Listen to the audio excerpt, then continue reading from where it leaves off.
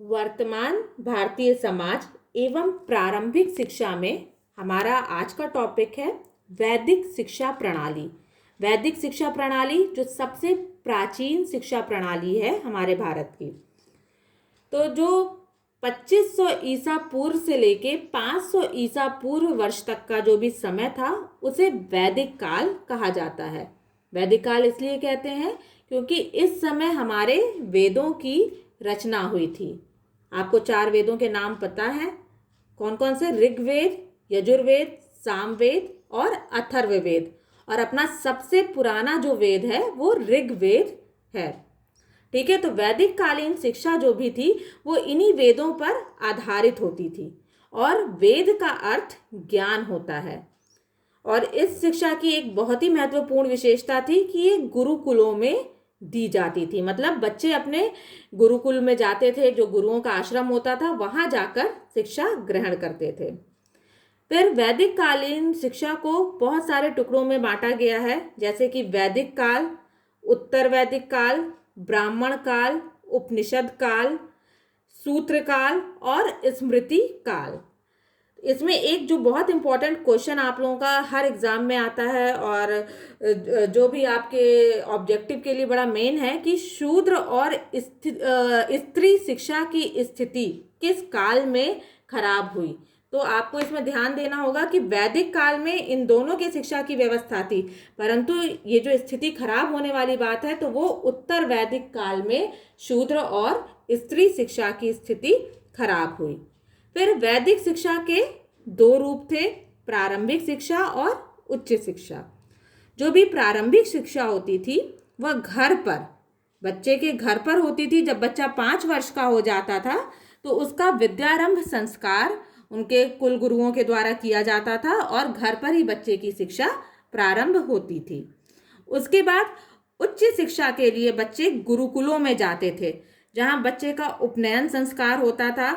और ये जो उपनयन संस्कार है इसे हम लोग यज्ञोपवीत संस्कार के नाम से भी जानते हैं।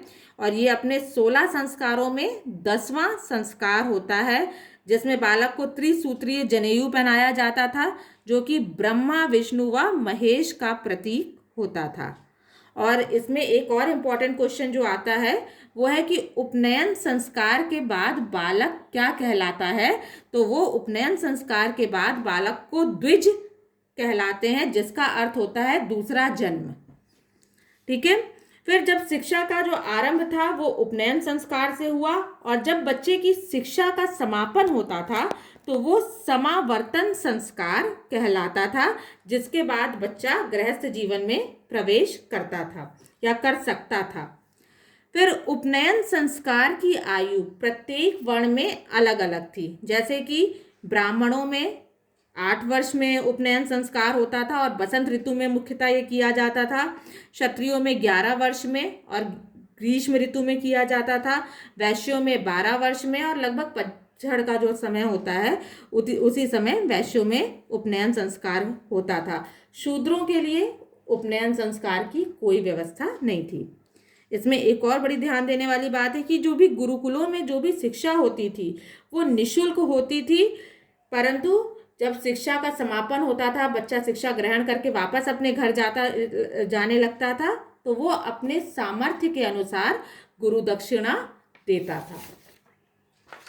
फिर वैदिक कालीन शिक्षा का पाठ्यक्रम। अब वैदिक कालीन शिक्षा होती थी तो उसका कुछ एक पाठ्यक्रम बनाया जाता था, जिसमें कि एक सामान्य शिक्षा व विशिष्ट शिक्षा का होती थी और दूसरी अपरा और परा विद्या से संबंधित जो भी शिक्षा दी जाती थी। तो सामान्य शिक्षा में संस्कृत, व्याकरण, भाषा, धर्म, नीति आदि से संबंधित शिक्षाएं दी जाती थी।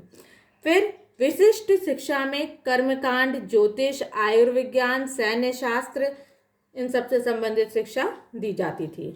फिर अपरा और परा विद्या में, तो अपरा विद्या जो होती थी वो यथार्थवादी विद्या होती थी। इसे लौकिक विद्या कहते हैं, मतलब जो चीज़ें आपके सम्मुख उपस्थित हो सकती थी उससे संबंधित विद्या अपरा विद्या कहलाती थी। और परा विद्या जो होती थी, ये क्वेश्चन कई बार आया है, अपरा और परा विद्या में डिफरेंस। तो जो परा विद्या होती थी वो अलौकिक प्रकृति की जो भी ब्रह्म मीमांसा पर आधारित थी। ब्रह्म मीमांसा मतलब ब्रह्मा की खोज पर आधारित थी।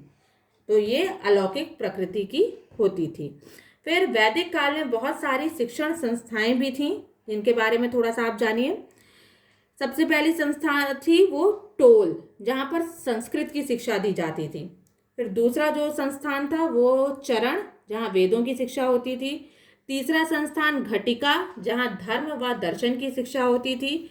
चौथा संस्थान परिषद, जहाँ विभिन्न विषयों से संबंधित शिक्षा दी जाती थी। फिर विद्यापीठ होता था, जहाँ व्याकरण और तर्कशास्त्र की शिक्षा दी जाती थी। इसके बाद उच्च शिक्षा के लिए विश्वविद्यालय होते थे।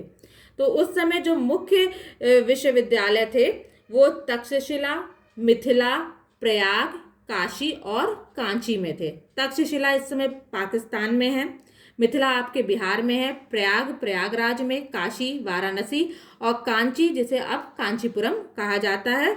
और दक्षिण भारत का एकमात्र उच्च शिक्षा का जो केंद्र था वो कांची था उस समय। इसके बाद जब बच्चे शिक्षा ग्रहण कर लेते थे तो उनमें कुछ उपाधियां भी उनको दी जाती थीं।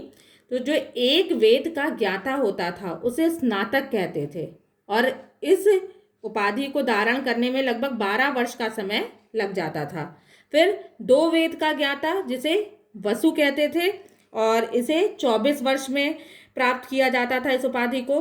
फिर 3 वेद का ज्ञाता जिसे रुद्र कहते थे, इसे 36 वर्ष के लंबे समय में इस उपाधि को प्राप्त किया जाता था।